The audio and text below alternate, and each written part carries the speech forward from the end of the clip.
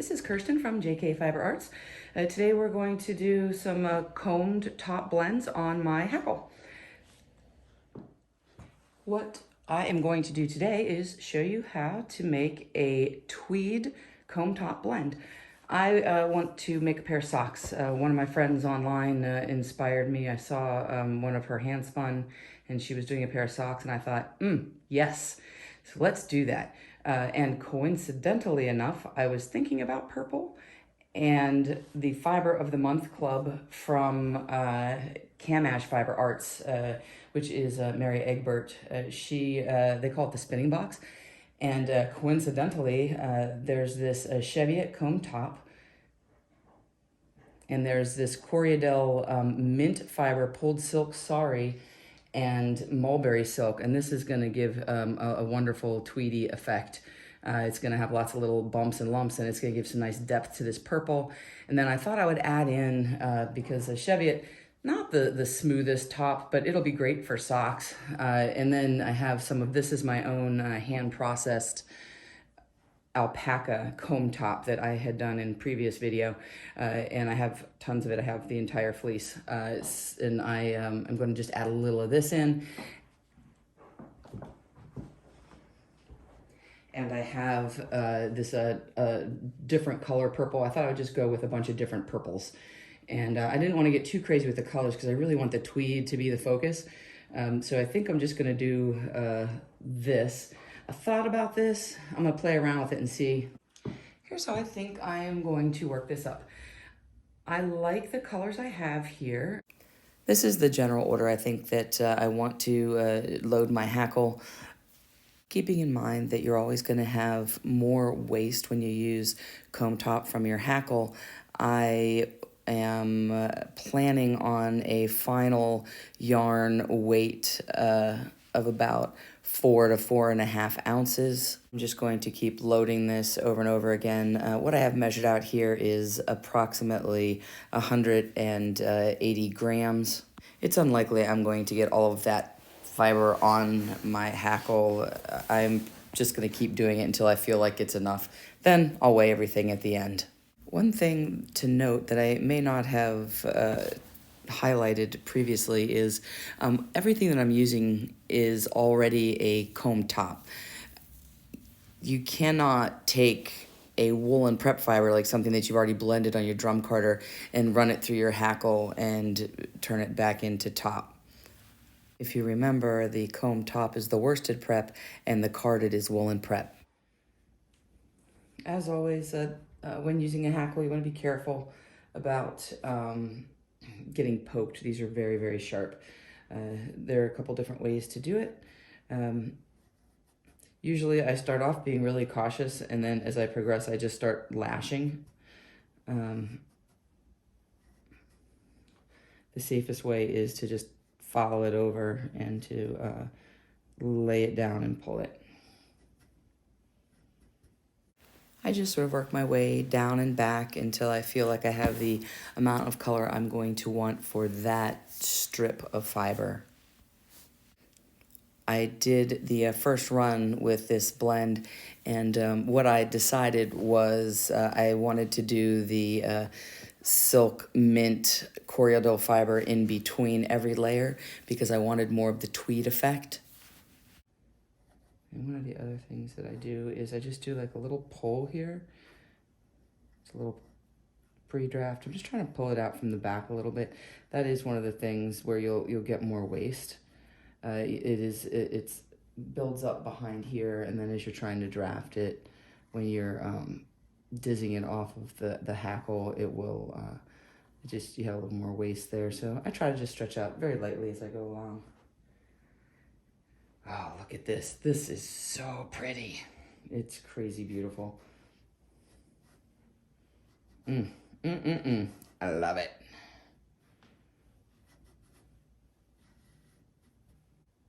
Now, and I don't think I said this when I was going over my original colors. This is merino. The stuff that's not the really dark maroon, Corriedale, is merino, and the white is my own processed comb top, alpaca.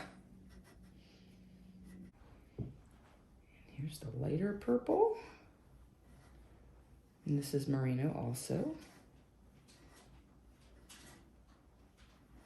I'm just going to continue loading in the pattern and repeating with a layer of the silk Tweedy blend in between. And you can see that my hand prepped alpaca, that particular one had a bunch of neps in it.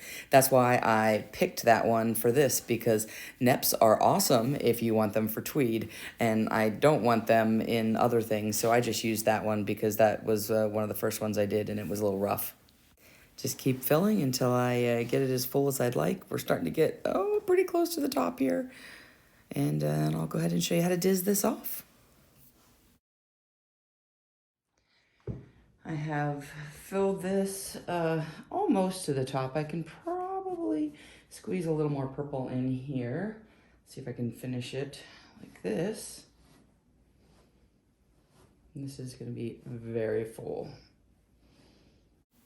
I wasn't able to fit all of the fiber you saw originally laid out there. I just filled the hackle up twice. I started with 236 grams, and I probably loaded on about 150 grams. I'm gonna come around the other side here in a second and show you what the back looks like, and you'll see why I do this little pre-draft thing here. Here is the back of my hackle, and if you look straight down from the top here, you can see there are the tines, and there's not a lot sticking out the back, but there is definitely some, and you will get some waste in the back. And I'm going to put this cap on the top. This just keeps this from sliding off the combs whenever I am dizzing. When you use a diz for the hackle, I would strongly recommend using a convex or concave, sorry, this is the concave side, this is the convex side, but a bowl or a scooped out shaped diz. The last one I was just doing some experimentation, and I used a flat one with a bigger hole because I thought, I'll just go faster. And the flat one really didn't draw the fiber in. The theory behind this is when you have the concave side, the inside of the bowl side facing, it helps to funnel the fiber in as you diz. And I will show you that. What I'm going to do here is just kind of grab, making sure I get this bottom layer too. Just a bit to start here. I'm just going to do a little twist.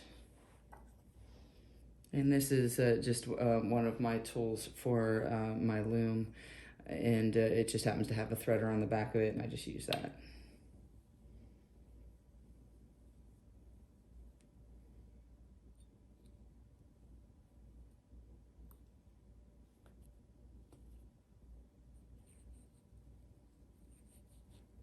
So the key to this, ooh, look how pretty. It's gonna be good and tweedy too, is to draft a little bit, and while you're drafting, you should be sliding this forward. But the gist is you're gonna pull tension, you're gonna, as you are pulling back, you're pushing the diz forward. A very large starting chunk. So what I'm gonna do is just draft this a little bit. And that should make it easier to slide.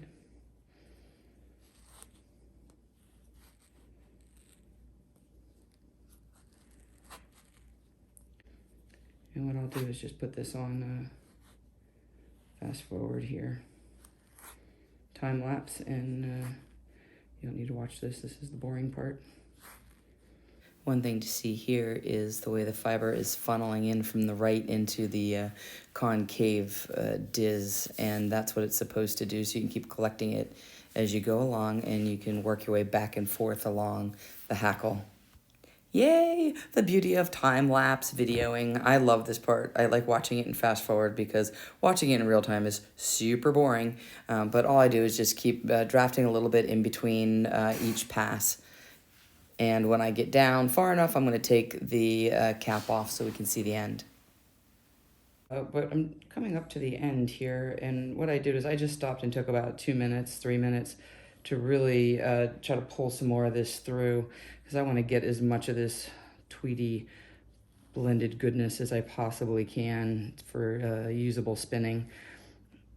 When I have the waste left over, I just stick it in a Ziploc bag and I throw it in my blending box and I use it. So it's not really wasted. It's just not, I don't use it for comb top. I put it in a bag and I use it for my drum carder stuff. You see, as I get down to the end here, there's not a lot left how thin I get.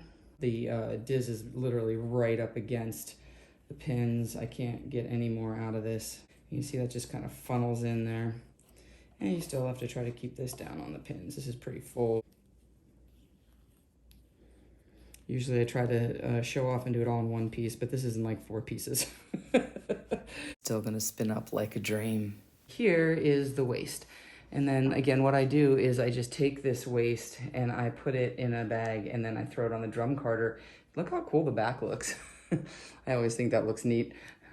Sometimes this is how I store it. I just roll it up. It looks kind of like some weirdo bat. And I have 21 grams of waste. So that's 125 grams of finished comb top and 21 grams of waste. Here is the final comb top. It is 125 grams, which is about 4.4 ounces.